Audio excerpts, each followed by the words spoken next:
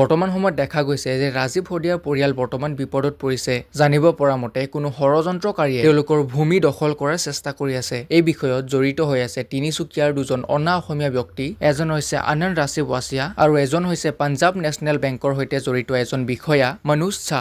আচলতে ঘটনাটো হৈছিল কি? প্ৰতিদিন টাইমত প্ৰকাশ পোৱা এটা বাতৰিৰ এটা সৰু ক্লিপ মই আপোনালোকৰ আগত আগবঢ়াইছো। ৰাজীৱ হদিয়া যিডোখৰ জেগাত আছে এই মাটি টুকুৰা আচলতে আমাৰ তিনিচুকীয়াৰে এজন ব্যক্তি বা তেওঁ সহযোগী বা তেওঁ গুণমুগ্ধ মনোজ চুতীয়া ডাঙৰীয়াই তেওঁক দান দিছিলে এটা সময়ত। তো দান দিছিলে আৰু তেনেকেই তেওঁ এই মাটি টুকুৰাত ৰাজীৱ হদিয়াৰ পৰা থাকি তিনিচুকীয়া টাউনত তেওঁ ইয়াত সংগীত চৰ্চা কৰিছিল।